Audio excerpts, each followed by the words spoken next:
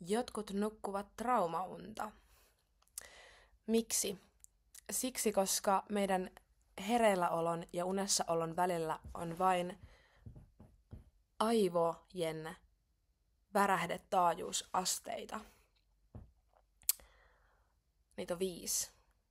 Mutta pointti on siis siinä, että kun meidän hermosto, meidän keho ja meidän chakrat, meidän tietoisuus ja tietoisuuden osat pitää sisällään meidän ikäviä kokemuksia, niin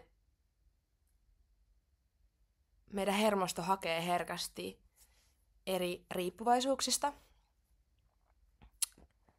säädelläkseen, virittäytyäkseen, selvitäkseen keinoja ja apua.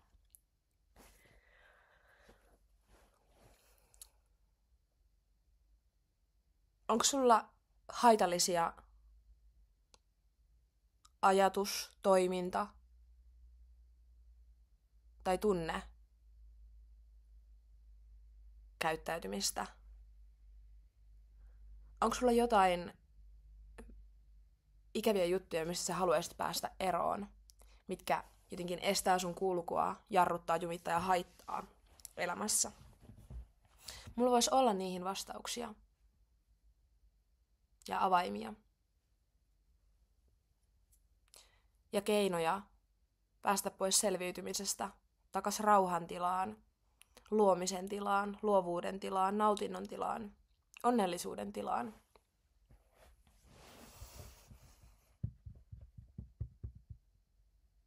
Koska mehän halutaan mieluummin nukkua meidän unelmaunta ja unelmien unta kuin traumaunta.